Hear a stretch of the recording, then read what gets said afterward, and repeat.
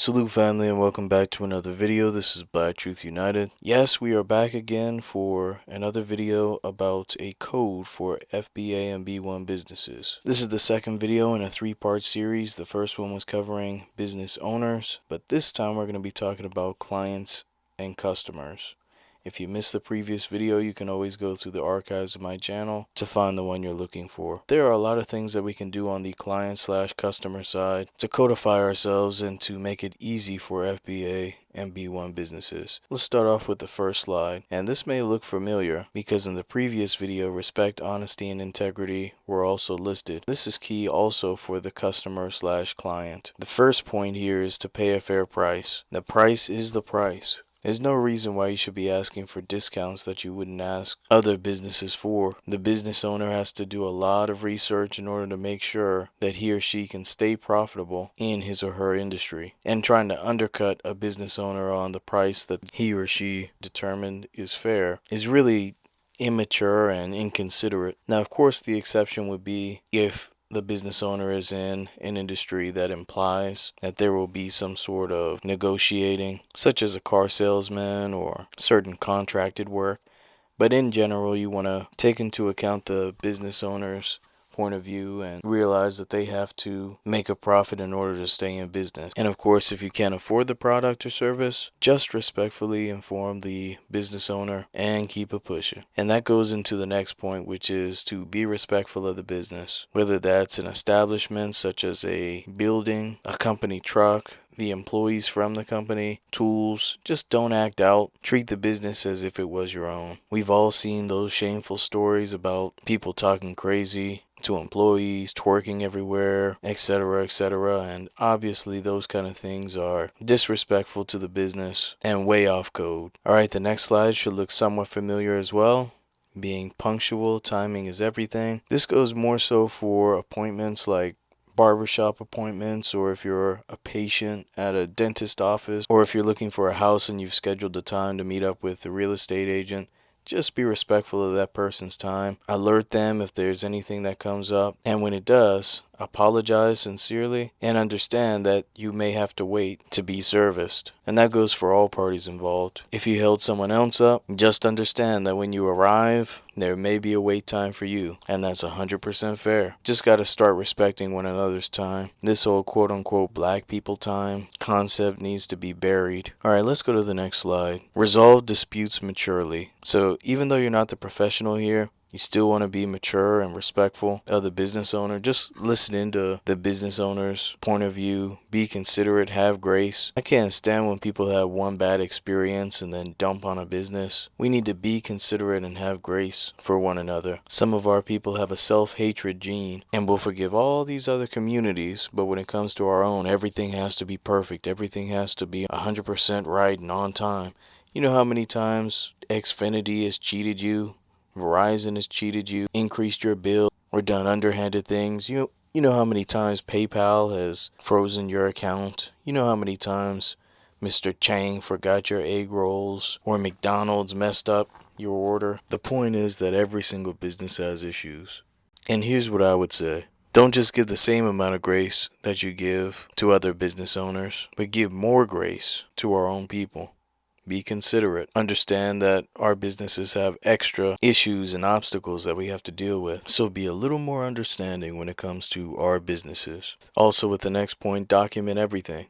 Dealing with a dispute. Don't leave it up to he said, she said. If a business owner was supposed to fix your computer and you're noticing problems, take screenshots. Call them up as soon as you start to see problems. Save any pertinent receipts. And that goes into the next point. Contact the business owner before leaving a bad review.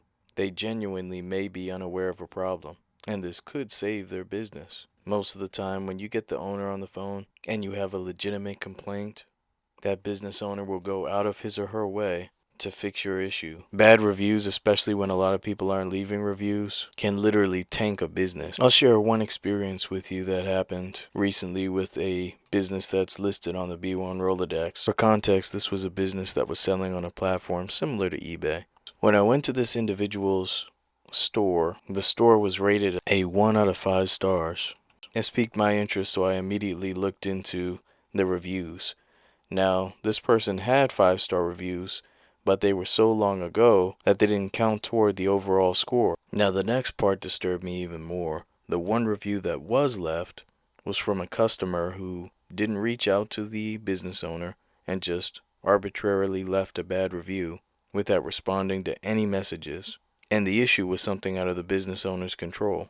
And of course, most people visiting the website wouldn't dig into the review to actually see that the complaint was BS. So I could tell this business was losing out on major revenue due to this one review.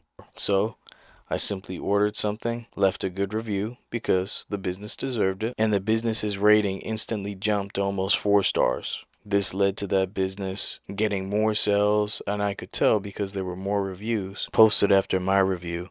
And keep in mind, it had been months since anyone left a review. So this is what we're dealing with out here. Again, we have unique challenges, and I've literally seen Yelp profiles dedicated to dumping on FBA businesses. I actually found some of the businesses in the B1 Rolodex by searching the reviews of a tether who was hating. So just be aware that bad reviews can really do damage to a business, and it's worth it to talk to the business owner and try to resolve the dispute rather than quickly running and tattletaling on the business owner.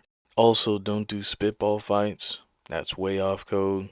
Even if you can't resolve the problem, just stick to the facts. Let people know what actually happened objectively. And my last point there is, before leaving a bad review, ask yourself if this review will benefit the FBA community. Let's face it, there are some scammer businesses out here. There are people who promise to do something and they don't come through. There are people who have multi-level marketing schemes, or they're just doing bad business. And in those instances, it would benefit the community to alert everyone and make everyone aware that there's an issue with a particular business. But just leaving a bad review over minor things like they forgot the napkins, or the packaging could have been better, really doesn't benefit the community as a whole. Those can be things said privately to the business owner. So just take that into consideration. Alright, let's go to our next slide, top tips.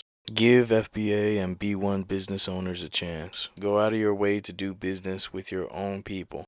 This is the main reason why I started doing the B1 Rolodex, which I'll link in the description, to make our people aware that there are plenty of businesses that have products and services that we need, that are made by and done by our own people. And keep in mind, if you're not in an area, and let's say you're looking for a special hair care product, you can easily look up hair care products in the B1 Rolodex and look for a business that ships to you. There are literally groups that go out of their way to not do business with us. I've heard stories of some of these Asian stores that will literally reject a lower price for a product just because they want to keep that dollar circulated in their community. We need to adopt some of these habits if we're to survive. Also, leave good reviews when a business does good work or has a good product. So many times people are fast to leave bad reviews, but hardly ever think to leave good reviews on a business's website. And keep in mind, you can do this across multiple sites. You can copy and paste the same review into Facebook, into Yelp, into TripAdvisor, into various platforms, and that will really boost that business's profile online. And then the last point is to recommend good FBA and B1 businesses to potential customers and clients by word of mouth. And also, of course, you can reach out to me so that I can get them listed in the B1 Rolodex. Alright, so that concludes this video of the code for clients and customers of FBA and B1 businesses. Be sure to stay tuned for the third video of this 3-part series, which should be released in the coming week. And with all that being said, be one and be blessed, family. Peace.